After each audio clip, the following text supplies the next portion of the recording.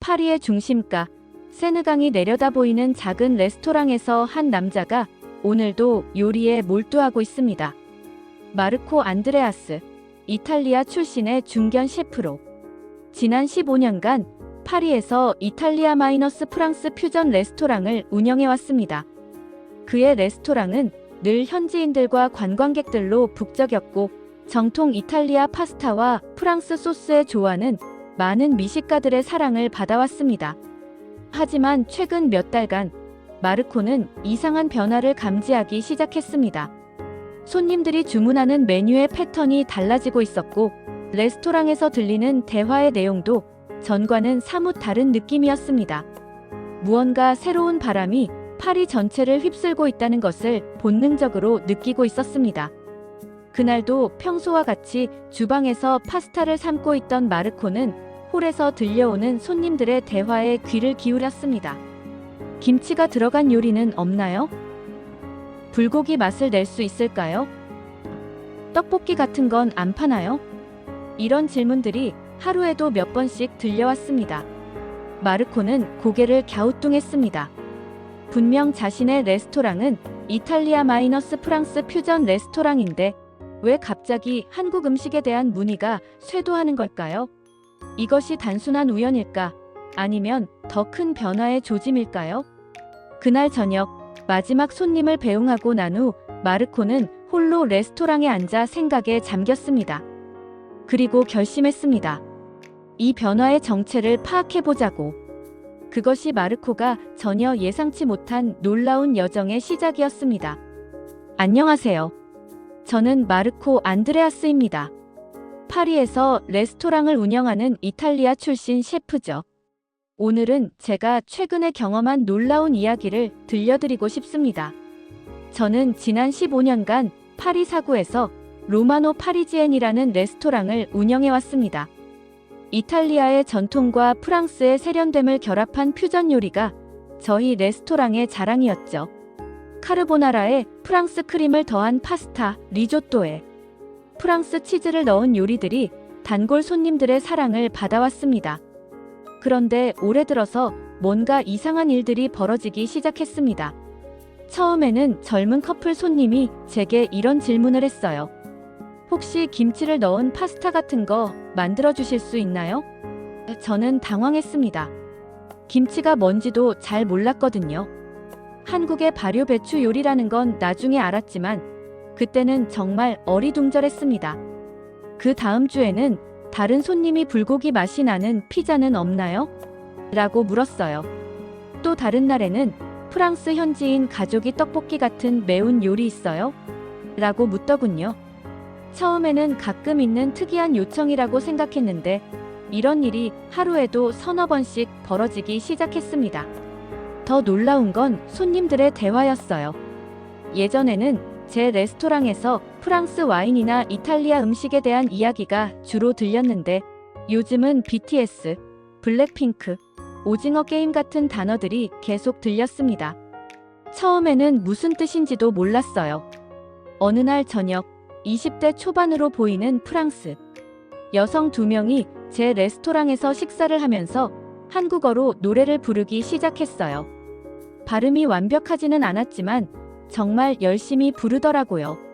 저는 궁금해서 다가가서 물어봤습니다. 무슨 노래인가요? 그랬더니 K-팝이요. 한국 음악이에요. 지금 파리에서 가장 인기 있는 음악이라고요. 라고 답하더군요. 그때 저는 깨달았습니다. 파리의 거리에서 가장 많이 들리는 말이 이제 스파게티나 크루아상이 아니라 비빔밥이 되었다는 것을요. 제 레스토랑 앞거리를 걸어다니는 사람들을 유심히 관찰해보니 젊은이들이 한국 드라마나 음악 이야기를 하며 지나가는 모습을 자주 볼 수 있었습니다. 그 주말, 저는 파리 시내를 걸어다니며 변화를 직접 확인해봤습니다. 샹젤리제 거리에는 한국 화장품 매장이 늘어나 있었고 마레 지구에는 한국 음식점들이 줄지어 서 있었어요. 심지어 루브르 박물관 근처에서도 한국 음식 트럭을 발견할 수 있었습니다. 가장 충격적인 건 제가 자주 가는 동네 마켓에서였어요. 예전에는 일본 라면이나 스시 재료들이 아시아 코너의 주인이었는데 이제는 김치, 고추장, 떡 등 한국 식재료들이 가장 눈에 띄는 곳에 진열되어 있었습니다. 마켓 사장님께 물어보니 요즘 한국 음식 재료가 가장 잘 팔려요라고 하시더라고요. 그날 밤 집에 돌아와서 저는 생각했습니다. 이건 단순한 유행이 아니구나. 뭔가 더 큰 변화가 일어나고 있는 거구나. 그리고 저는 이 변화의 정체를 정확히 파악해보고 싶다는 강한 호기심이 생겼습니다. 요리사로서의 직감이 이게 그냥 지나갈 바람이 아니라고 말하고 있었거든요. 사실 저는 이런 아시아 문화의 열풍을 처음 경험하는 건 아니었습니다. 제가 어렸을 때, 그러니까 1990년대 후반과 2000년대 초반에는 일본 문화가 전 세계를 휩쓸었던 기억이 있어요. 저는 이탈리아 밀라노에서 자랐는데 당시 제 또래 아이들은 모두 일본 애니메이션에 열광했습니다. 드래곤볼, 세일러문, 포켓몬 같은 애니메이션을 보며 자랐죠. 친구들과 만나면 누가 더 강한 드래곤볼 캐릭터인지, 어떤 포켓몬이 가장 멋있는지에 대해 토론하곤 했어요. 그때는 일본이 정말 쿨의 상징이었습니다. 플레이스테이션 게임기, 소니 워크맨, 닌텐도 게임들이 우리 일상의 필수품이었죠. 고등학교 때는 친구들과 함께 스시 레스토랑에 가는 것이 가장 세련된 외식이라고 여겨졌어요. 라면도 일본 라면이 최고라고 생각했고요. 요리 학교에 다닐 때도 일본 요리는 매우 정교하고 예술적인 요리로 인식되었습니다. 일본식 칼 기술, 사시미 써는 법, 라멘 국물 우리는 방법 등을 배우는 것이 트렌디한 일이었어요. 제 동기들 중에는 일본에서 요리 수업을 받고 오는 친구들도 여럿 있었습니다. 파리로 이주해서 레스토랑을 열었을 때도 일본 음식의 인기는 여전했습니다. 제 레스토랑 근처에는 스시 레스토랑이 몇 개씩 있었고 늘 손님들로 붐볐어요. 일본 음식은 건강하고 세련된 음식의 대명사였죠. 그런데 언제부터인가 변화가 시작되었습니다. 처음에는 미묘한 변화였어요. 제 레스토랑에 오는 젊은 손님들이 일본 애니메이션이나 J-팝 이야기를 하는 빈도가 줄어들더라고요. 대신 한국 드라마나 K-팝 이야기를 하기 시작했습니다.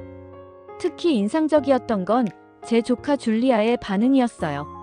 줄리아는 지금 20살인데 작년에 제게 이런 말을 했어요. 삼촌, 일본 문화는 이제 좀 예전 것 같아요. 우리 친구들은 다 한국 문화에 빠져 있어요. 그때는 그냥 세대 차이려니 했는데 지금 생각해보니 정확한 관찰이었네요. 실제로 제 레스토랑 근처 스시 레스토랑들의 상황을 보면 확연히 알 수 있어요. 예전만큼 북적이지 않습니다. 반면 한국 음식점들은 늘 대기줄이 있어요. 특히 주말에는 1시간씩 기다려야 할 정도죠. 일본 문화가 나쁘다는 게 아니에요. 여전히 훌륭하고 아름다운 문화입니다. 하지만 뭔가 시대의 중심에서 조금씩 벗어나고 있다는 느낌이 들어요. 마치 바통을 한국에게 넘겨주는 것 같달까요? 이런 변화를 보면서 저는 문화의 흐름이 정말 신기하다고 생각했어요. 1990년대와 2000년대에는 일본이 아시아를 대표하는 문화 강국이었는데 이제는 한국이 그 자리를 차지하고 있는 것 같거든요. 그것도 아주 빠른 속도로요. 더 흥미로운 건 이런 변화가 단순히 음식이나 엔터테인먼트에만 국한되지 않는다는 점이에요. 패션, 뷰티, 라이프 스타일 전반에 걸쳐 한국 스타일이 새로운 기준이 되고 있어요. 제 주변 젊은 친구들을 보면 한국 드라마에서 본 옷차림을 따라하고 한국 화장품을 쓰고 한국 음식을 먹으려고 해요. 정말 놀라운 변화입니다. 그리고 저는 이 변화의 원동력이 무엇인지 더 깊이 알고 싶어졌어요. 제가 한국 문화의 진정한 파워를 실감한 건 오징어 게임을 본 후였습니다. 사실 처음에는 별로 관심이 없었어요. 넷플릭스에서 한국 드라마 하나가 인기라는 소식을 들었지만 그냥 일시적인 현상이라고 생각했거든요. 그런데 제 레스토랑 직원들이 계속 그 드라마 이야기를 하는 거예요. 프랑스인 서버 소피아가 마르코, 정말 봐야 해요. 완전 대박이에요. 라고 하더라고요. 이탈리아인 주방 보조 루카도 형, 이거 진짜 미쳤어요. 밤새워서 다 봤어요라고 흥분해서 말하더군요. 처음에는 대수롭지 않게 여겼는데 손님들까지 그 드라마 이야기를 하기 시작했어요. 어느 날 저녁, 프랑스인 중년 부부가 식사를 하면서 달고나 커피 만드는 법 아세요? 라고 물어보더라고요. 저는 뭔 소린지 몰라서 그게 뭔가요? 라고 했더니 오징어 게임에 나오는 그 달고나 말이에요. 라고 하시더군요. 그날 밤 집에 가서 저도 궁금해져서 넷플릭스를 켰어요. 처음에는 한국 드라마가 얼마나 재미있겠어? 라는 생각으로 시작했는데 첫 번째 에피소드를 보고 완전히 충격을 받았습니다. 우선 영상미가 정말 놀라웠어요. 색감, 세트 디자인, 카메라워크 모든 게 할리우드 못지않았습니다. 아니, 어떤 면에서는 더 창의적이고 독특했어요. 그리고 스토리텔링이 정말 탁월했습니다. 단순히 게임을 하는 이야기가 아니라 현대 사회의 문제들을 깊이 있게 다루고 있더라고요. 무엇보다 감정의 깊이가 달랐어요. 등장인물들의 절망, 희망, 배신, 우정이 정말 진짜처럼 느껴졌습니다. 저는 평소에 드라마를 잘 보지 않는 편인데 이 드라마는 밤새워서 몰아봤어요. 정말 오랜만에 이렇게 몰입해서 본 콘텐츠였습니다. 다음 날 레스토랑에 나왔더니 직원들과 손님들이 저를 보고 웃더라고요. 소피아가 마르코, 밤새 안 주무셨죠? 눈이 빨갛네요. 라고 하더군요. 저는 오징어 게임 때문에 잠을 못 잤어라고 하니까 모두들 그렇죠. 우리도 그랬어요. 라고 하면서 막 신나하더라고요. 그때부터 제 레스토랑은 거의 오징어 게임 토론장이 되었어요. 손님들이 와서 달고나 게임 이야기를 하고 어떤 캐릭터가 가장 인상적이었는지 토론하고 심지어 어떤 젊은 손님들은 드라마 속 게임을 따라해보기도 했어요. 가장 놀라운 건 이 드라마가 전 세계적으로 신드롬이 되었다는 거였어요. 프랑스뿐만 아니라 미국, 독일, 브라질, 일본 어디서나 오징어 게임 이야기가 나오더라고요. 인터넷 뉴스를 보니 94개국에서 1위를 했다고 하더군요. 저는 그때 깨달았어요. 한국은 이제 단순한 유행이 아니라 하나의 거대한 흐름이구나라고요. 오징어 게임은 단순히 재미있는 드라마가 아니라 한국이 세계 문화의 중심으로 올라섰다는 것을 보여주는 상징적인 사건이었어요. 그 후로 저는 한국 문화에 대해 더 깊이 알고 싶어졌습니다. 오징어 게임이 이렇게 전 세계를 감동시킬 수 있었던 비결이 뭔지, 한국이라는 나라가 어떤 특별함을 가지고 있는지 정말 궁금해졌어요. 오징어 게임을 본 후 제가 가장 먼저 시도한 건 한국 음식이었습니다. 드라마를 보면서 등장인물들이 먹는 음식들이 정말 맛있어 보였거든요. 특히 비빔밥과 김치찌개 같은 요리들이 계속 눈에 밟혔어요. 처음에는 파리에 있는 한국 음식점에 가서 직접 맛을 봤습니다. 홍대감이라는 한국 음식점에 갔는데 정말 충격적이었어요. 김치의 강렬한 맛, 고추장의 달콤하면서도 매운맛, 된장찌개의 깊은 풍미. 이런 맛들은 제가 지금까지 경험해본 어떤 요리와도 달랐습니다. 무엇보다 놀라웠던 건 발효의 힘이었어요. 김치, 된장, 고추장 모두 발효 음식인데 이 발효 과정에서 나오는 복합적인 맛이 정말 신기했습니다. 이탈리아에도 치즈나 와인 같은 발효 음식이 있지만 한국의 발효 음식은 완전히 다른 차원이었어요. 그때 한 가지 아이디어가 떠올랐습니다. 내 레스토랑에서도 한국 요리를 응용해 볼 수 있지 않을까? 처음에는 조심스럽게 시작했어요. 단골 손님 중 한 분이 불고기 같은 맛을 낼 수 있냐고 물어봤을 때 저는 한번 시도해 볼게요 라고 답했습니다. 그날 밤 저는 인터넷으로 불고기 레시피를 찾아봤어요. 간장, 설탕, 마늘, 배, 참기름을 넣고 소고기를 재운다는 걸 알았습니다. 하지만 저는 여기에 제 나름의 이탈리아식 해석을 더했어요. 발사믹 식초를 조금 넣고 로즈마리를 추가했습니다. 다음 날 그 손님께 불고기 파스타를 만들어 드렸어요. 불고기로 재운 소고기를 파스타에 올리고 그 위에 김치를 살짝 볶아서 고명으로 올렸습니다. 손님의 반응은 놀라웠어요. 이런 맛은 처음이에요. 정말 신선하고 맛있어요. 그 소문이 빠르게 퍼졌습니다. 다음 주부터 불고기 파스타를 주문하는 손님들이 줄을 이었어요. SNS에도 제 요리 사진들이 올라가기 시작했고, 파리의 음식 블로거들이 제 레스토랑을 찾아오기 시작했습니다. 저는 거기서 멈추지 않았어요. 김치를 넣은 리조또, 고추장을 베이스로 한 소스, 된장을 활용한 수프 등등 다양한 한국 마이너스 이탈리아 퓨전 요리를 개발했습니다. 놀랍게도 모든 요리가 대성공이었어요. 가장 인기가 많았던 건 비빔밥 파스타였습니다. 여러 가지 채소를 각각 다르게 양념해서 파스타 위에 올리고 고추장을 베이스로 한 소스를 뿌린 요리였어요. 색깔도 예쁘고 맛도 훌륭했습니다. 이 과정에서 저는 한국 요리의 철학을 조금씩 이해하게 되었어요. 한국 요리는 단순히 맛있는 게 아니라 영양의 균형을 중시하더라고요. 고기, 채소, 발효 음식을 적절히 조합해서 몸에 좋으면서도 맛있게 만드는 지혜가 있었습니다. 그래서 저는 한국인 요리사에게 직접 배우기로 결심했어요. 파리에서 한국 음식점을 하는 김 셰프님께 연락을 드렸더니 흔쾌히 가르쳐 주시겠다고 하셨어요. 김 셰프님께 배우면서 저는 한국 요리의 깊이를 더욱 실감할 수 있었습니다. 김치 담그는 법부터 시작해서 각종 장 만드는 법, 나물 무치는 법까지 배우면서 저는 완전히 한국 요리에 빠져들었어요. 그리고 깨달았습니다. 제 레스토랑의 간판 메뉴가 이제 스파게티가 아니라 비빔밥이 되었다는 걸요.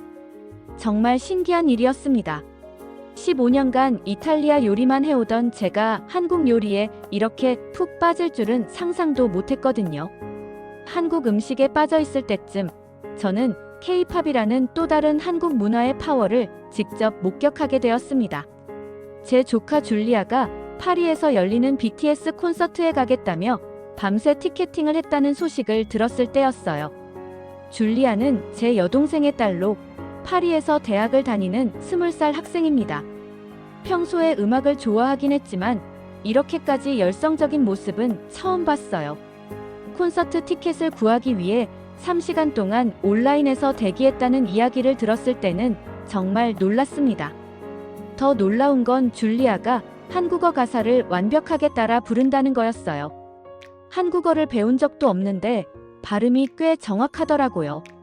어떻게 한국어를 이렇게 잘해? 라고 물어봤더니 유튜브로 계속 듣다 보니까 자연스럽게 외워졌어요 라고 하더군요. 저는 처음에는 이해하기 어려웠어요. 가사의 뜻도 모르는데 어떻게 그렇게 열정적으로 노래를 부를 수 있는지 말이에요. 그래서 줄리아에게 도대체 K-팝에 뭐가 그렇게 좋은 거야? 라고 물어봤습니다. 줄리아의 대답이 인상적이었어요. 삼촌, K-팝은 단순히 음악이 아니에요. 꿈과 희망, 그리고 젊음의 에너지가 담겨 있어요. 그리고 뮤직비디오, 안무, 패션까지 모든 것이 완벽하게 조화를 이루고 있어요. 이런 완성도 높은 문화 콘텐츠는 어디서도 본 적이 없어요. 그 말을 듣고 저도 궁금해져서 유튜브에서 BTS의 뮤직비디오를 찾아봤어요. 다이너마이트라는 곡을 처음 봤는데 정말 놀라웠습니다. 음악도 좋았지만 뮤직비디오의 퀄리티가 엄청났어요. 색감, 구성, 안무 모든 것이 완벽했습니다. 그리고 느낀 건 정말로 에너지였어요. 이 젊은 한국 가수들에게서 나오는 열정과 진심이 화면을 통해서도 생생하게 전해졌습니다. 이들이 얼마나 열심히 준비했는지, 얼마나 완벽을 추구하는지가 느껴졌어요. 줄리아와 함께 더 많은 K-팝 영상들을 봤습니다. 블랙핑크, 트와이스, 뉴진스. 각 그룹마다 고유한 색깔이 있었지만 공통점이 있었어요. 모두 엄청난 연습량과 완성도를 보여준다는 점이었죠. 저는 특히 이들의 라이브 공연 영상에 감동받았어요. 격렬한 안무를 하면서도 라이브로 노래를 완벽하게 소화하는 모습이 정말 프로페셔널했습니다. 서양의 팝스타들과는 또 다른 매력이 있었어요. 콘서트 당일 줄리아를 베르시 아레나까지 데려다주면서 저는 또 한 번 충격을 받았습니다. 콘서트장 앞에 모인 수만 명의 팬들이 거의 대부분 유럽 젊은이들이었거든요. 프랑스인, 독일인, 이탈리아인, 스페인인. 정말 다양한 국적의 사람들이 모여 있었어요. 더 놀라운 건 이들이 모두 한국어로 응원 구호를 외치고 있다는 거였어요. 사랑해요. 아미. 이런 한국어들이 파리 하늘을 울렸습니다. 정말 소름이 돋더라고요. 줄리아가 콘서트를 보고 온 후 제게 한 말이 잊히지 않아요. 삼촌, 오늘 콘서트에서 정말 특별한 걸 느꼈어요. 언어는 달라도 음악과 감정은 통한다는 걸 알았어요. 그리고 한국 가수들이 전 세계 젊은이들에게 꿈과 희망을 주고 있다는 걸 느꼈어요. 그 후로 저는 K-팝에 대해 더 관심을 갖게 되었어요.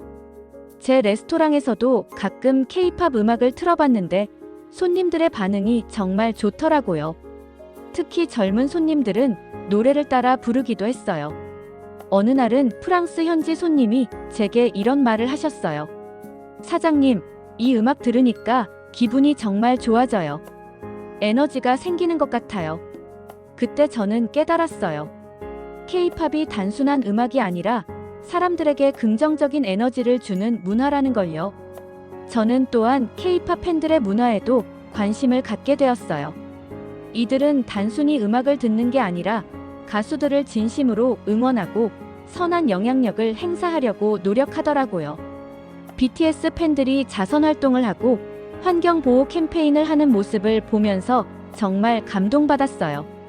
이런 경험들을 통해 저는 K-팝이 왜 전 세계 젊은이들의 마음을 사로잡았는지 이해할 수 있었습니다. 이건 단순한 음악이 아니라 희망과 꿈, 그리고 긍정적인 에너지를 전파하는 새로운 문화운동이었어요. K-팝에 이어서 저를 놀라게 한 건 한국 뷰티와 패션의 영향력이었습니다. 제 연인 클라라가 어느 날부터 화장품을 바꾸기 시작한 게 계기였어요. 클라라는 파리에서 패션 에디터로 일하는 프랑스 여성인데 평소 프랑스 화장품만 고집하던 사람이었어요. 샤넬, 디올, 랑콤 같은 브랜드들을 주로 사용했죠. 그런데 어느 날 집에 가보니 화장대에 한국 브랜드 제품들이 놓여 있더라고요. 이건 뭐야? 하고 물어봤더니 클라라가 신나서 설명해 주었어요. 마르코, 한국 화장품이 정말 대단해. 내가 지금까지 써본 것 중에 가장 좋아. 특히 이 에센스는 정말 신기해. 피부가 완전히 달라졌어. 저는 처음에는 별로 관심이 없었어요. 남자라서 화장품에 대해 잘 모르기도 했고요. 하지만 클라라의 피부가 정말로 좋아지는 걸 보고 놀랐습니다. 더 촉촉하고 맑아 보이더라고요. 클라라가 보여준 프랑스 잡지들을 보니 더 놀라웠어요. 보그, 엘르, 마리끌레르 같은 유명 패션 잡지들에 한국 화장품 광고들이 가득했습니다. 그리고 모델들도 한국인이 많더라고요. 언제부터 이렇게 된 거야? 하고 물어봤더니 클라라가 요즘 패션 업계에서는 K-뷰티가 완전히 트렌드야. 한국 화장품 기술이 정말 앞서 있어. 특히 스킨케어 분야에서는 한국이 세계 최고라고 인정받고 있어라고 하더군요. 실제로 클라라와 함께 세포라나 갤러리 라파에트 같은 백화점에 가보니 한국 화장품 코너가 가장 넓고 사람들이 가장 많이 몰려 있었어요. 직원들도 한국 제품들을 가장 적극적으로 추천하더라고요. 더 신기한 건 이런 현상이 화장품에만 국한되지 않는다는 거였어요.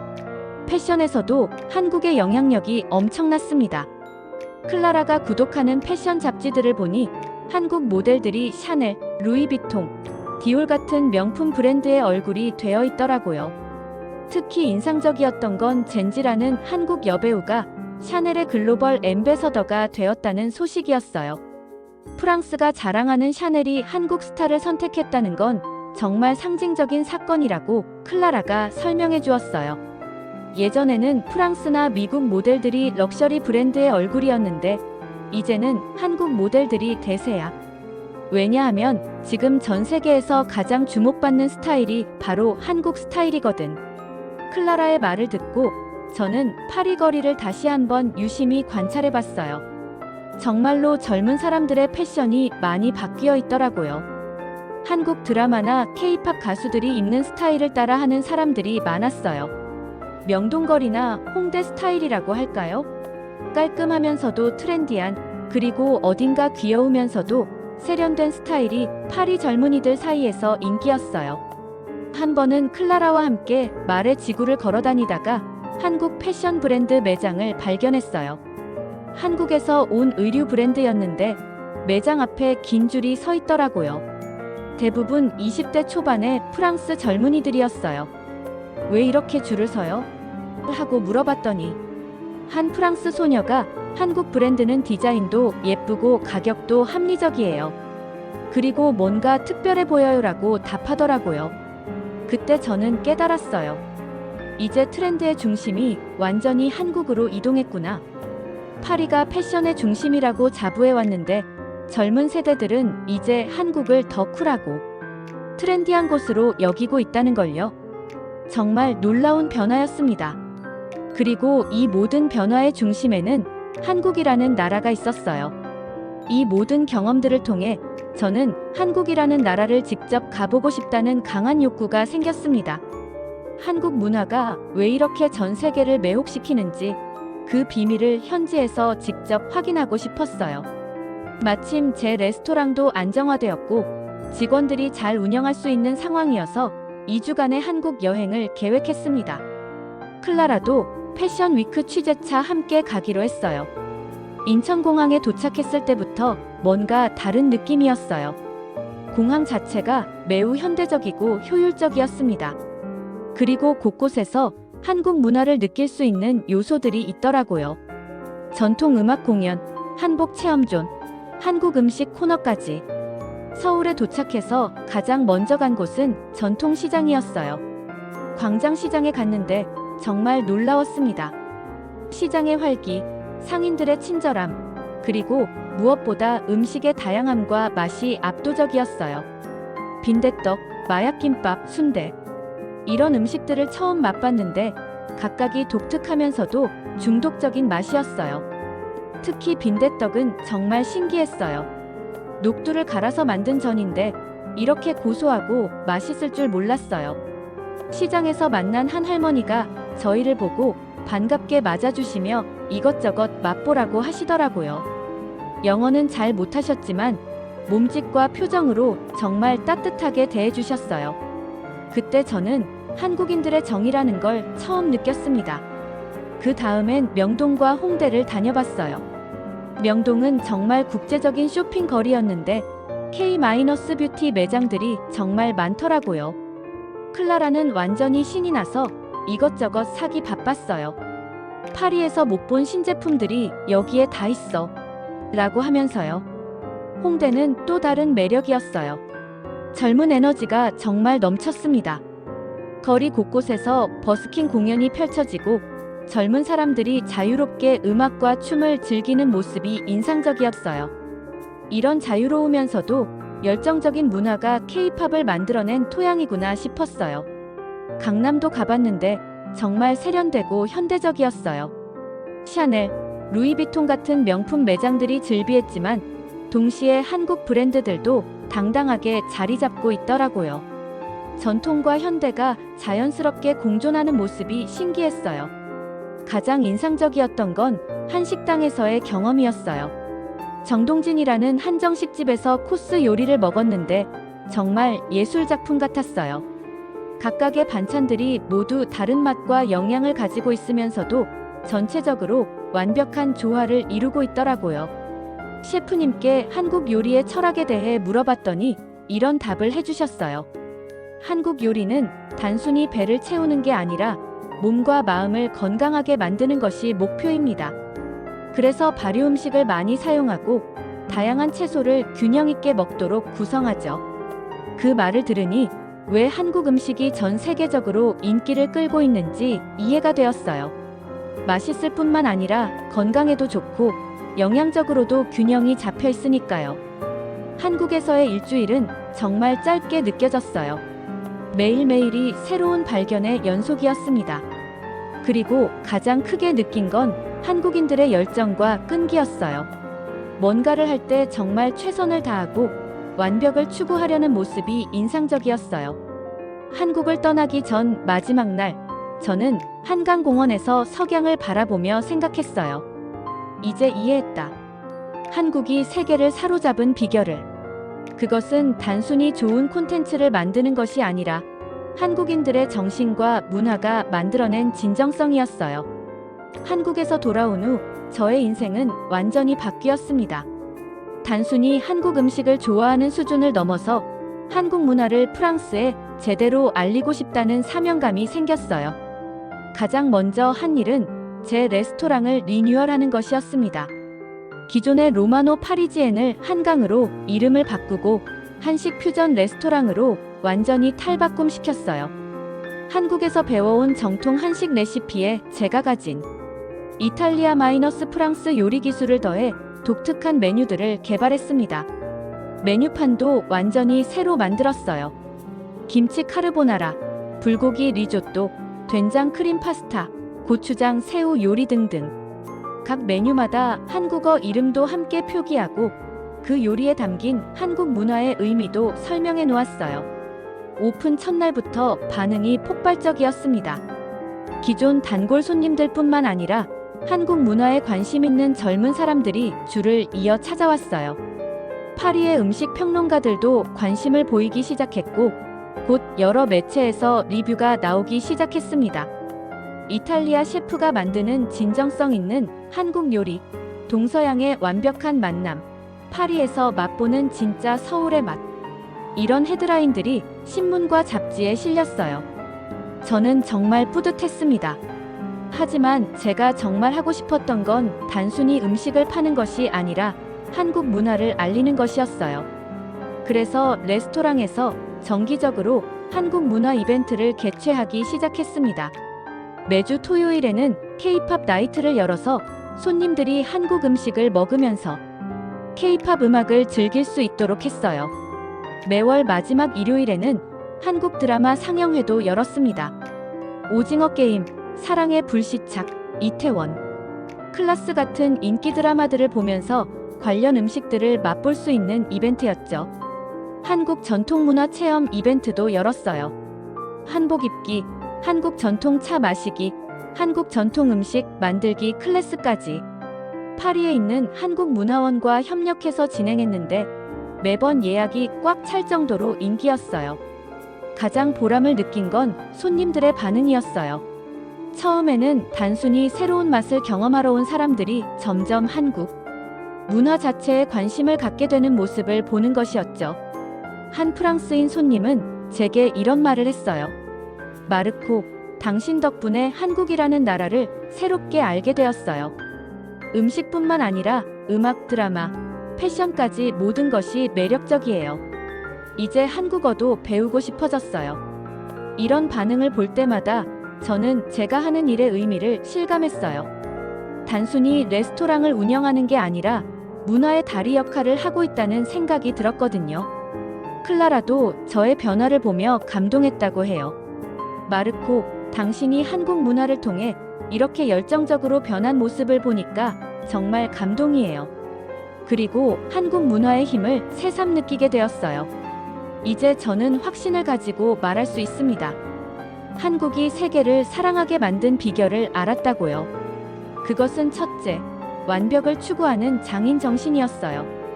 K-팝 가수들의 끝없는 연습, 한국 요리의 정교함, 화장품의 기술력 모든 것에서 최고를 만들려는 노력이 느껴졌어요. 둘째는 진정성이었어요. 한국인들이 자신들의 문화에 대해 갖는 자부심과 사랑이 진짜였어요. 그래서 다른 나라 사람들도 그 진심을 느끼고 감동받는 것 같아요. 셋째는 포용성이었어요. 한국 문화는 전통을 지키면서도 새로운 것을 받아들이는 유연함이 있어요. 그래서 전 세계 사람들이 쉽게 다가갈 수 있는 것 같아요. 마지막으로는 희망의 메시지였어요. 한국의 모든 문화 콘텐츠에는 어려움을 이겨내고 꿈을 이루려는 긍정적인 에너지가 담겨 있어요. 이런 메시지가 전 세계 사람들에게 힘을 주는 것 같아요. 저는 앞으로도 계속해서 한국 문화를 프랑스에 알리는 일을 하고 싶어요. 그리고 더 많은 사람들이 한국의 아름다운 문화를 경험할 수 있도록 돕고 싶습니다. 이제 세계가 한국을 사랑하는 이유를 정확히 알았습니다. 그것은 단순한 유행이 아니라 한국인의 열정과 진심이 만들어낸 기적이었습니다. 그리고 저는 그 기적의 일부가 되어 정말 행복합니다.